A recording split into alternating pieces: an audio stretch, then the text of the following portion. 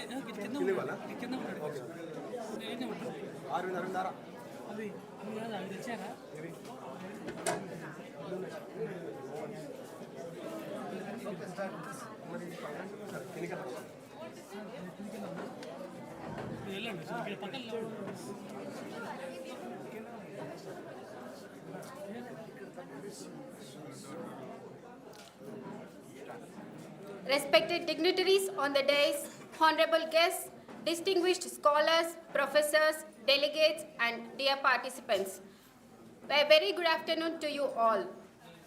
As part of our commitment to sustainability and environmental responsibility, we will be presenting saplings as green mementos to our distinguished speakers and dignitaries. May I request Dr. Vanitha to kindly present a sapling to Professor Lakshmi Kumari, Dean, Institute of Public Enterprise.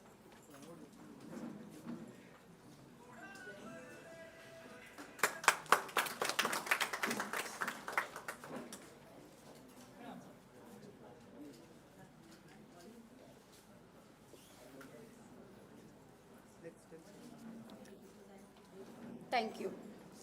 I also request Mr. Akash to present a sapling to Dr. M. Madhavan, Executive Committee Member, Indian Economic Association, Namakkal, Tamil Nadu.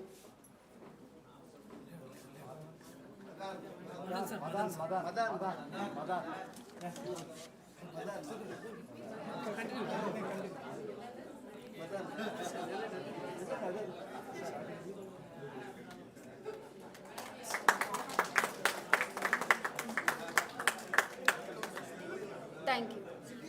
May I request Dr. L. Govardhan Reddy to present a sapling to Professor Srinivasa Murthy, Director IPE.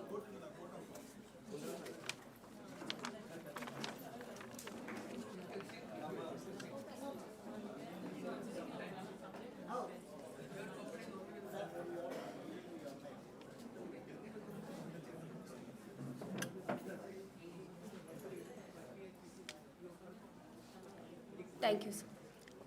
I request Dr. Mallikarjuna Naik Vadite to present a sapling to Professor V. Balakrishna Reddy, our Chief Guest, Chairman, Telangana State Council of Higher Education.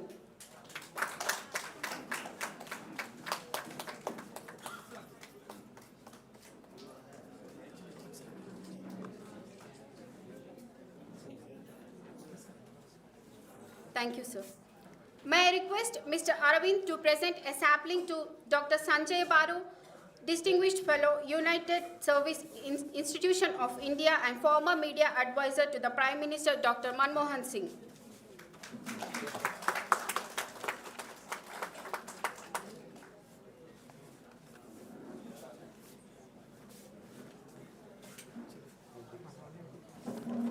Thank you. I request Dr. Karunashree to present a sapling to Professor B. Sudhakar Reddy, Local Organizing Secretary, Indian Economic Association and Honorary Director, ICSSR South Regional Center. Thank you, distinguished scholars. These saplings symbolize our collective commitment to sustainability, growth, and nurturing of future generations, values that resonate deeply with the spirit of this conference.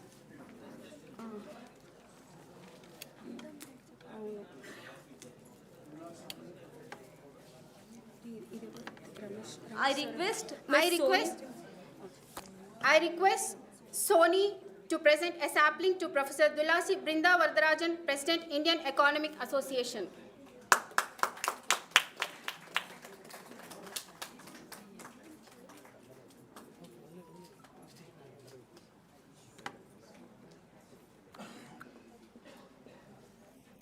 Thank you all. These saplings symbolize our collective commitment to sustainability, growth, and the nurturing future generations, values that resonate deeply with the spirit of this conference. Thank you all. On behalf of the Indian Economic Association, in collaboration with the Department of Economics, Osmania University, Hyderabad, and IPE, it is my privilege to warmly welcome you to the valedictory session of the 108th Annual Conference of the Indian Economic Association. This valedictory session marks the formal conclusion of 3 days of rich academic deliberations, insightful discussions, and meaningful exchanges that genuinely reflect the spirit and intellectual legacy of the Indian Economic Association. Now we begin today's program. To commence the proceedings, may I respectfully request Professor Lakshmi Kumari, Dean, Institute of Public Enterprise, to deliver the welcome address. Madam, we kindly request that you address the gathering.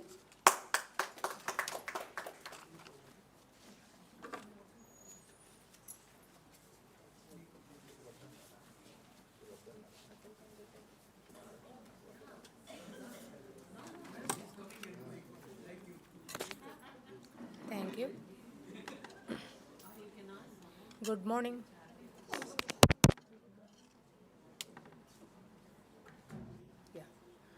Good morning, dignitaries on the dais and dignitaries of the dais.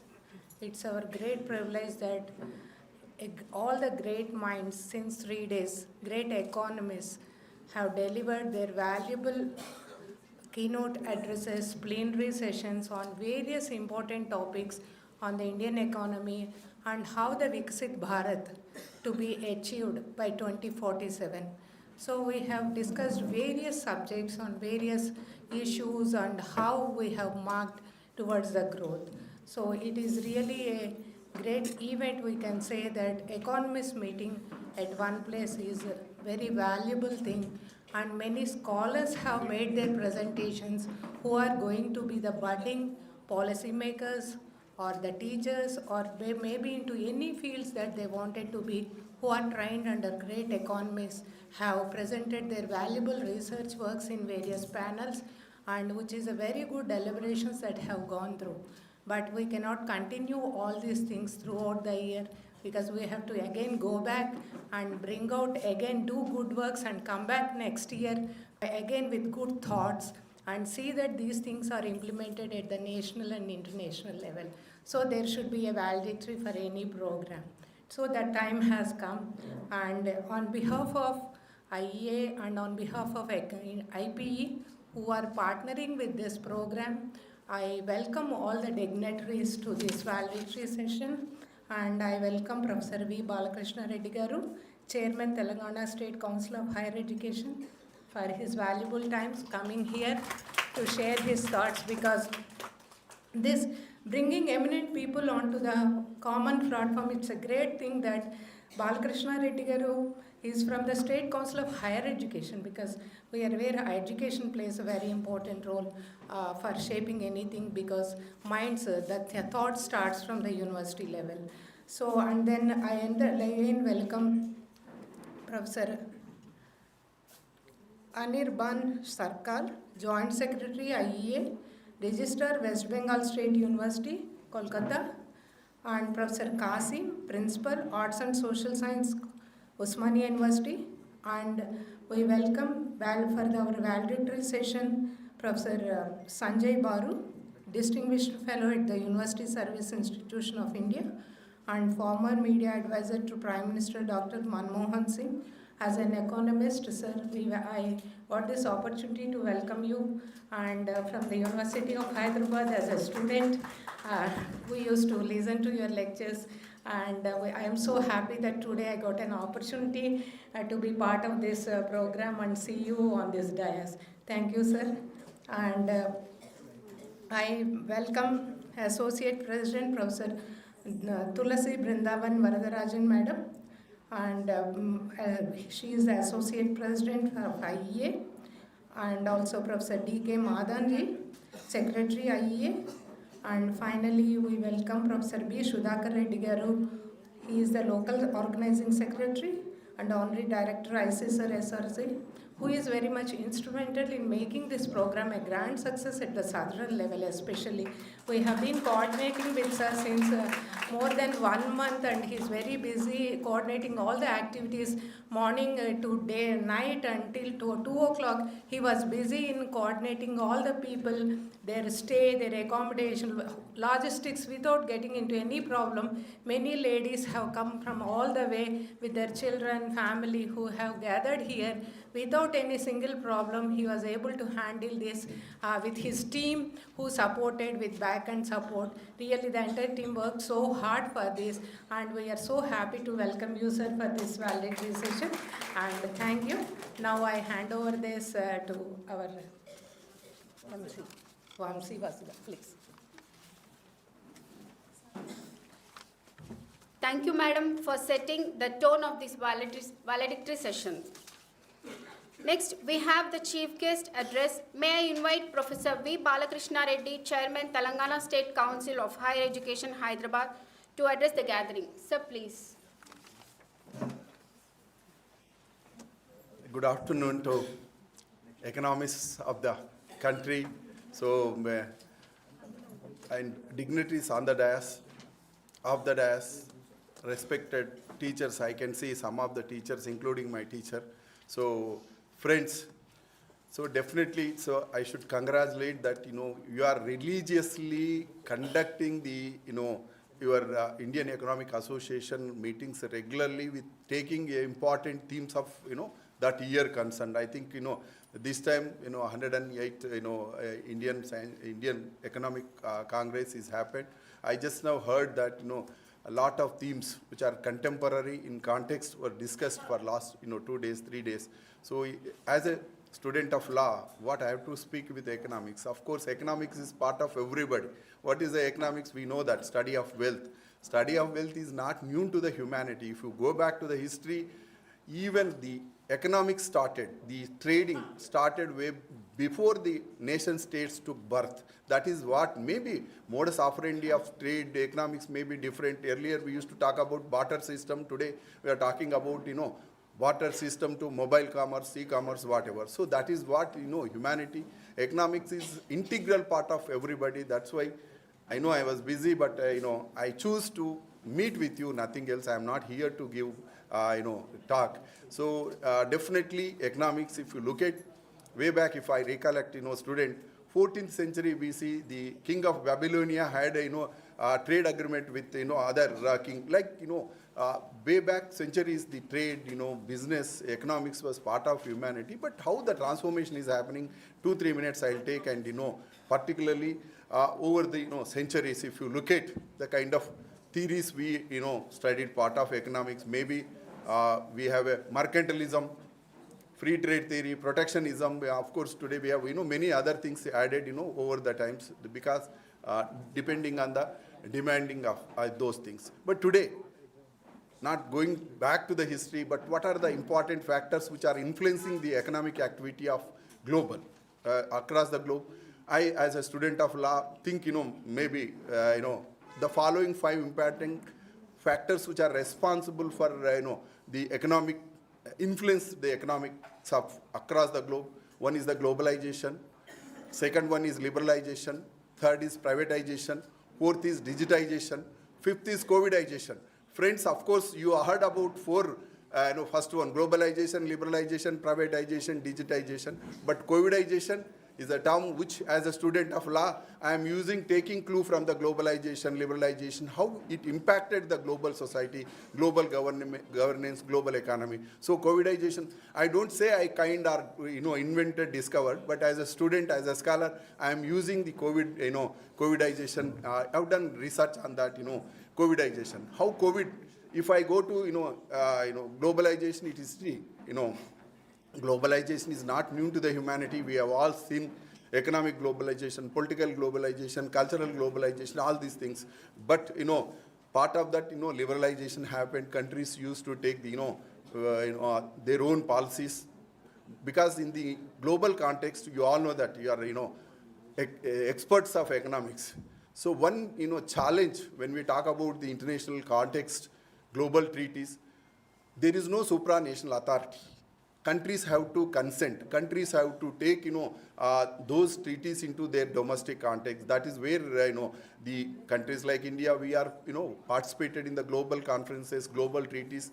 To implement that globalization process in economic context, we have adopted, and India, of course, Sanjay Garu is here, how the transformation of economy happened, post 1991, you all know that, so LPG or GLP, whatever you call liberalization, privatization, all these things, last 35 years, if you look at 3.5 decades, if you look at the kind of transformation which we are witnessing, thanks to P.V. Narasimha Rao ji, Manmohan Singh ji, including, indirectly, I can say this credit goes to our Sanjay ji also. Yes, sir? So you are part of this, LPG, this thing. So this is a kind of transformation which we are witnessing, all those, globalization. But what, being a India, I heard you discuss some of the things about, rising what is the Vikasit Bharat 2047, one of the theme. Definitely in the national level, Prime Minister talks about Vikasit Bharat 2047 or Amrut Kal, whatever. Here we, in Telangana, because I want to bring to your notice that recently Telangana government hosted Global Summit on Rising Telangana 2047, aiming at $3 trillion by 2047. What Prime Minister says, $30 trillion 2047. So we, India is a federation of states. Each state have to compete, if not contradicting federalism, but cooperation federalism, where states are coming forward. In that process, Telangana state is forefront, and recently we had, important global summit, which we tried to attract the investments, which, papers and conclusion was 5,75,000 crore investments came to Telangana because of this summit, rising Telangana. So each state we are, witnessing, we are, competing with each other for, good thing. So this is what, the economic aspects. Of course, sustainability is important, that's why we got saplings. Sustainability, economics is correlation. When we say, what is sustainable? Today, across the globe, you know that you are all experts. One debate is going on, whether environment important or development. Of course, different for different people.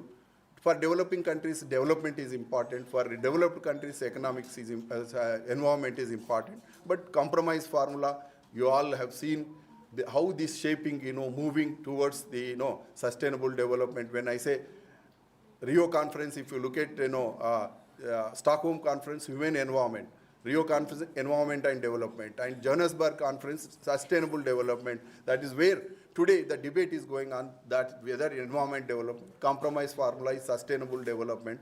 We all know that, that is what.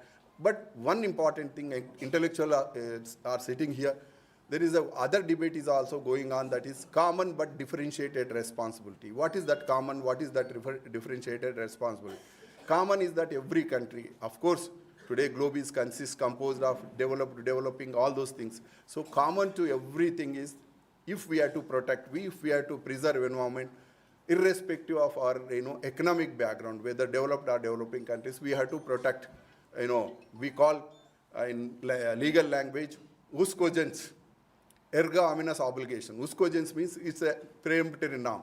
Erga omnes obligation is that every country has to obligatorily implement environmental protection. That is the kind of discussions are happening across the globe. Of course, we as a developing country, I don't know, we are in the process of moving for a developed country. That's what I always say, that India is transition for transformation. What kind of transition it is happening from a developing country to developed country, third world economy to third largest economy, from importer economy to exporter. These kind of things are happening, aiming, viewing, seeing towards 2047. Part of that today, we developing countries are demanding that, you developed countries were more responsible for, degradation, environmental pollution, you pay more. But to conclude, definitely, if we have to say that protection of environment, irrespective of our backgrounds, we have to protect. It should be a norm.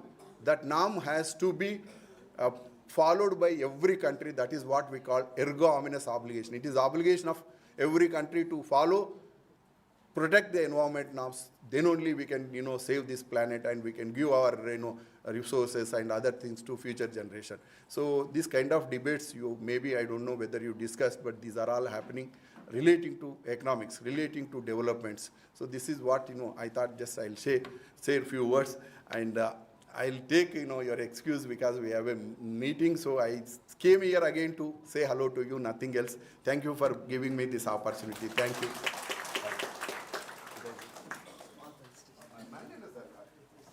Thank you, sir, for your valuable insights and perspectives. As sir is having some important work, I request the dignitaries on the dais to felicitate sir as a token of respect. I want to hear from more you, but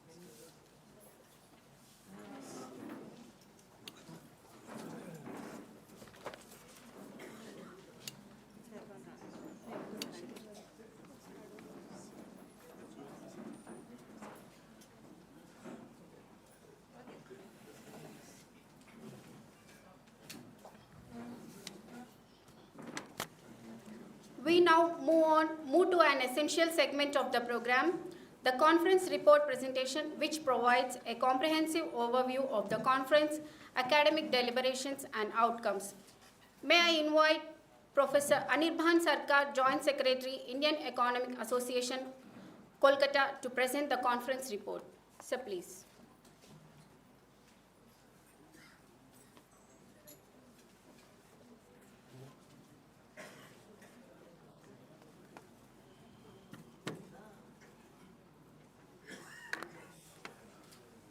Very good afternoon to all present in this valedictory session. My regards to the esteemed persons who are on the dais and my colleagues, friends, research scholars of the dais. So this is a time to wrap up now. We have been here for 3 consecutive days, including today, and we will try to give a glimpse of what has happened in the past 3 days in our conference. So, as you know, there were 5 themes of this conference. One was Viksit Bharat, second was structural changes and modernization of the Indian economy, third was tariff war and new era of global trade, fourth were Indian knowledge contribution in economics, fifth was economy of Telangana.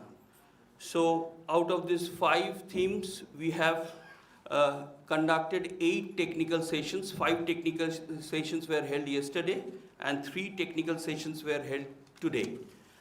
So we have the data with us. For theme 1, we have 16 presentations yesterday.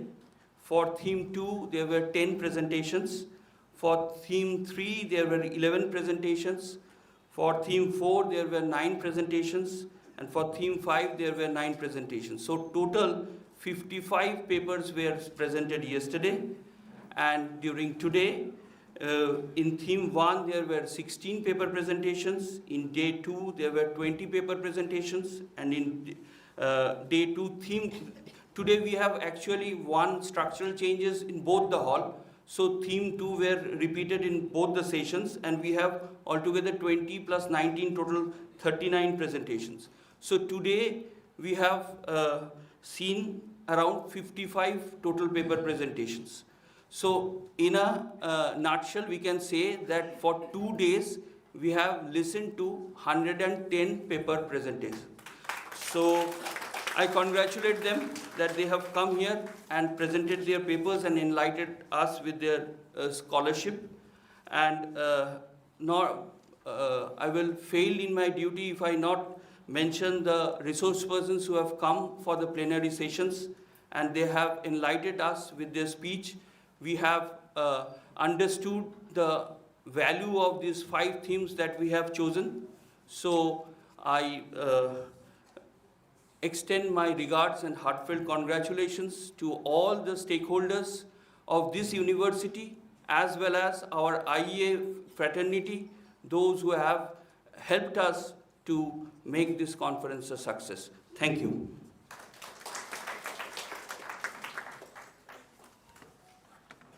Thank you, sir, for sharing your valuable and detailed presentation.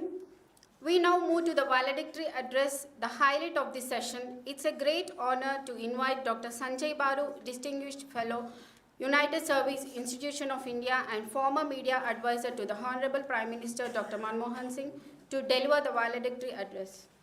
Sir, please.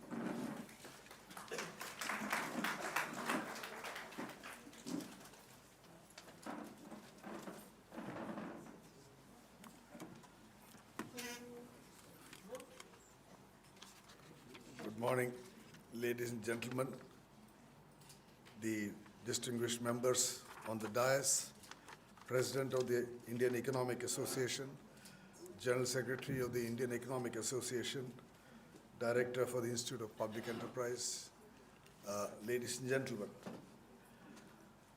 Let me first begin on a very personal note.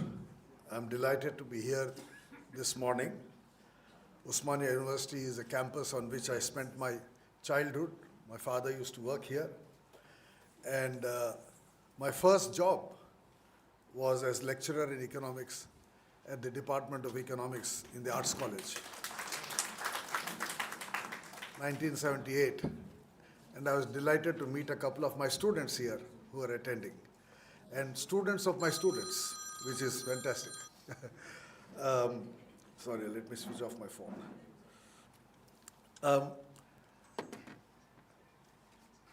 Osmania had a very distinguished Department of Economics. For those of you who are familiar, Professor Gautam Mathur, who was actually the PhD supervisor of Dr. Manmohan Singh at Cambridge. He was the head of the Department of Economics at Osmania. Joan Robinson, whom all of you would be familiar with, once described Dr. Mathur as the brightest student she ever had. He built a very active Department of Economics here. And of course, he was very disappointed when I told him that I'll go and do my MA in JNU and not in Osmania. So though I did my BA here, I did my MA from Delhi, but came back to teach here and in some ways fulfill that obligation, by which time Dr. Mathur had left this place. This is the 108th meeting of the Indian Economic Association. And I wonder how many of you noted the fact that recently Professor J. Krishnamurthy, who used to be at the Delhi School of Economics, passed away. One of his great contributions was to write a book on the contribution of Indian economists to the discipline of economics from 1900 to 1945. And I would urge all of you to read that book because it shows the seminal contribution that economists in India during the British period made not just to an understanding of the Indian economy, but to an understanding of the discipline of economics. And Krishnamurthy dug through a lot of archival literature to put together this book. So I pay homage to his memory. He passed away a couple of weeks back. Incidentally, he happens to be the maternal uncle of our Foreign Minister, Jaishankar. But when I was a student here at Nizam College, our library had books of all these individuals. Veera Anstey, Radhakamal Mukherjee, C.N. Vakil, V.K.R.V. Rao. These are all the big names among Indian economists of the pre-war period. And our teachers encouraged us to read those books. I remember reading Radhakamal Mukherjee as a BA student, reading Veera Anstey as a BA student. And I keep wondering these days how many students are encouraged to read original books and not just textbooks and primers for exams. But one of the great contributions of these early economists was to make that discipline relevant to the needs of this country, to focus on development economics. That it was not simply that economics as a discipline developed in the West with an understanding of European economies and that we learn this discipline without questioning it. But let us try to understand how some of the ideas in the discipline developed in Western institutions are relevant to our conditions. And that is how the discipline of Indian economics developed. I'm not sure if these days there is a course called Indian economics. I used to teach a course at the Central University of Hyderabad where I was an associate professor on Indian economics, introducing students to various distinguished Indians, K.N. Raj or V.K.R.V. Rao and P.R. Brahmananda and many other distinguished economists who contributed to our discipline. So since you're all members of the Indian Economic Association, I hope you will devote some of your time to a study of those who came before and contributed to an understanding of our economy. The themes you have chosen for your conference this year, Viksit Bharat, Structural Change and Modernization, Trade and Tariffs, Indian Knowledge Systems, and the Future of Telangana, are all interrelated. I know that it is normal for conferences like this to have separate sessions for each theme, but I'm sure you will recognize that all of them are in some ways interrelated. You cannot think about a development of India as a developed economy or the progress of India as a developed economy without looking at the kind of structural change that is required, without looking at the consequences of modernization and the requirements of modernization, without understanding the global economy and the kind of opportunities and challenges the global economy poses. And these challenges are only increasing, as all of you would know, in the recent past with the tariff and trade war unleashed by Donald Trump. And of course, the future of any state, not just Telangana, but any Indian state, would depend on how we address these challenges at the national and global level. So it's important to think of each of these topics not as individual subjects, but to think of the kind of interrelationships that exist between these different challenges that we face. That you cannot have a developed India without fundamental structural changes.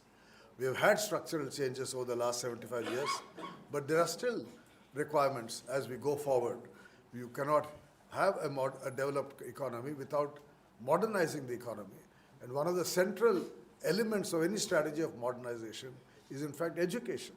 To be able to build a forward-looking educational system and one that equips us for the future. And of course, you cannot become a developed economy in the world today if we are not adequately linked to the rest of the global economy and take advantage of these. So I think when you go away from this conference, I would urge you to explore these interrelationships and see in what way this overall agenda of Viksit Bharat can in fact be addressed by locating solutions in each of the areas that you have written papers on and you are doing research on. The speaker before me spoke about Telangana and the future of Telangana, and that every state is working within the framework of federal relations. That brings us to the interlinkage between economics, economic policy, and politics. There is no way in which we can address the challenges that the Indian economy faces without understanding the nature of the political system within which we are operating. And there I would urge that it has become fashionable now for many states to have state-level visions. Tamil Nadu has said they wants to be a $1 trillion economy. Telangana wants to be a $1 trillion economy. UP wants to be a $1 trillion economy. Gujarat wants to be a $1 trillion economy. So each of these states is thinking of a strategy for that state to become a $1 trillion economy, and hoping that you add up all of that, then we become a $30 trillion economy by 2047 and would be regarded as a developed economy. But I urge you to consider the fact that states do not develop in isolation of each other. That we are, at the end of the day, a union of states. The Constitution begins with the line, India, that is Bharat, that is a union of states. And the federal system that has evolved over the last 75 years was based on the understanding that you need both a strong center and strong states. You cannot have a strong center if the states are weak. You cannot have a strong states if the center is weak. In other words, the center and the state have to work together in order to be able to take the economy forward. Which is why, given the assumption that in a democracy you will have multiple political parties and different political parties would be functioning in different parts of the country, we erected structures for strengthening these federal relationships. The Planning Commission was one such structure. It was not thought of when the Constitution was written, but soon after, Prime Minister Nehru created the Planning Commission as an institution that would think about these center-state issues. We believed in planning as the framework for development, and therefore we had 5-year plans, etc. It is true that some of those plans worked, some of them didn't. But what is very interesting, if you look at those plans, is that more or less the targets set out in one plan would be met, if not in that plan, in the next plan. So you had some kind of a plan development, slow progress, but nevertheless adequately planned development, so that apart from the challenges the country faced in essentially border areas, the Northeast and Kashmir, there was overall a sense of coming together, which has also happened subsequently in the rest of the country. But I think today we are facing a challenge of center-state relations once again, because what has happened over the last 35 years, after 91, with the liberalization and the growth of market forces, is that different states have developed at different pace of growth. That was happening even before. If you look at the historical record, even during the first half of the last century, 1900 to 1950, you have the work of George Blinn and Elizabeth Whitcomb, which shows that the Madras presidency, the Bombay presidency developed faster then the Bengal Presidency, and the United Provinces. These were the British provinces. And so even after independence, the Madras Presidency essentially including Tamil Nadu, Karnataka, parts of Andhra Pradesh, what is now Andhra Pradesh, what was then part of the original state of Andhra Pradesh, and Gujarat and Maharashtra, which were part of the Bombay Presidency, developed faster than Bengal, Orissa, Northeast, Assam, Uttar Pradesh and Bihar. This divide has continued. The divide continued during the planned period, but it has accentuated in the post-planning period. So the last 35 years, we now have the southern and western states developing at a much faster pace. One consequence of that has been internal migration. Hundreds of thousands of people now move across the country, working in the more developed parts of the country, particularly in urban areas. And that has become a major issue. And we saw during COVID the consequences of large-scale migration because people had to walk back home once lockdown was imposed overnight, and it imposed enormous stress. I remember then the Telangana Chief Minister actually going on television and assuring people from other parts of the country, don't go away, stay here, we'll take care of you. And I think that was a unique gesture of a state chief minister. Now, this is going to become an increasingly important challenge because this migration is not ending. And, you know, those of you who have come from outside Hyderabad, I assume all of you came by plane despite the crisis in civil aviation. But you would have seen, you know, these days all these planes are full of people from the rest of India coming to this city because you go, I don't know if you have had a chance to go to the new part of the city, Hyderabad, Gachibowli, and that part, and you see that growth is essentially contributing to an enormous inflow of, you know, hundreds of thousands of people coming from all over India. Like this is true in Bangalore, this is true here, it's true in Pune. And this is going to be a major challenge for Viksit Bharat, or for going forward, which we are not addressing adequately. And this can only be addressed politically, because political,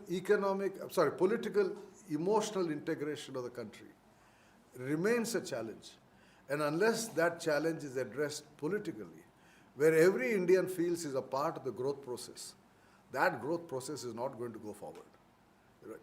If sentiments which are based on either religion or caste or region, now we never thought of region as a problem. We recognized the religious divide, the caste divide as problems, but we never recognized regional divide as a problem. But it is coming up.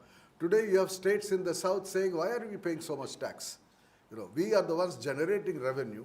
This money goes to Delhi, which it then spends on other states which are not developing, which are not generating those revenues. Why should we be part of India? Let us, you know, have a separate republic. Now these sentiments are, you know, stray sentiments, but politically we have to recognize them and address them.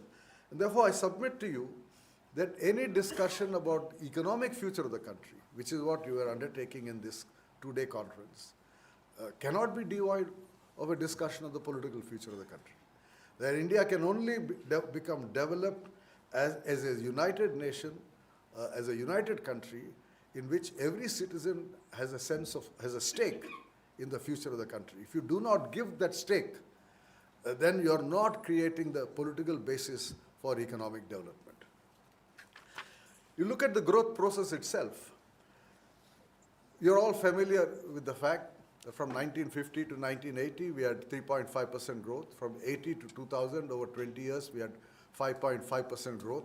From 2000 to 2012, roughly, we had almost 7.5% growth. In fact, from 2003 to 2009, we had 8% growth, more than 8% growth. So there was an acceleration of growth. And it is on the basis of that acceleration of growth, this trend over half a century, that the world began to wake up to India. I mean, the idea that India was a rising power or an emerging economy, etc., all these ideas, if you go and look at the literature, are really dated from, I would say, around the late 90s, of 98, till about the early 2000s, 2010. You know, it is in that 12-15 year period that a lot of books were written by people both within the country but also globally, focusing on India. And the international approach to India changed, which is one reason why we could do the nuclear deal with the United States during Manmohan Singh's first term. But also, there was a recognition. I mean, I remember Lee Kuan Yew, the founder president of Singapore, who was always a critic of India, and who thought, you know, the Indians can't get their act together. They are, you know, basically never thought that India was a country. It was a piece of land stitched together by a railway line. I remember Lee Kuan Yew's statement that, you know, India is this subcontinent which is stitched together by a railway line built by the British. So that was a very put down view of the country. And suddenly in 2008, Lee Kuan Yew gave an interview in which he said that, you know, Asia is rising on the basis of two engines of growth, China and India. And all of us woke up when Lee Kuan Yew gave that interview for Forbes magazine. It was the first time that a man highly respected in East Asia, the part of Asia that was growing rapidly, recognized that, look, India and China are in the same boat. 2008. And that was the basis for a lot of Western assessments of India's growth prospects. Between 2008 and today, China has become 5 times bigger. The last 20 years have seen a phenomenal, unprecedented acceleration of China's economic growth. No large country has grown at that pace ever in history. The only example we have of a country growing at, you know, year on year 10% growth over a 30-year period is of Japan in the middle of the 19th century, you know, after the Meiji Restoration. But Japan was a small island. But then Japan was the country, the first Asian nation to become an Swami Vivekananda, when he went to Japan on his way to Chicago, where he gave that famous speech, was astounded by Japan's development, and then told, with him on the same ship, you know, look here, set up an Indian Institute of Science, start investing in production, not in trade, because as you know, the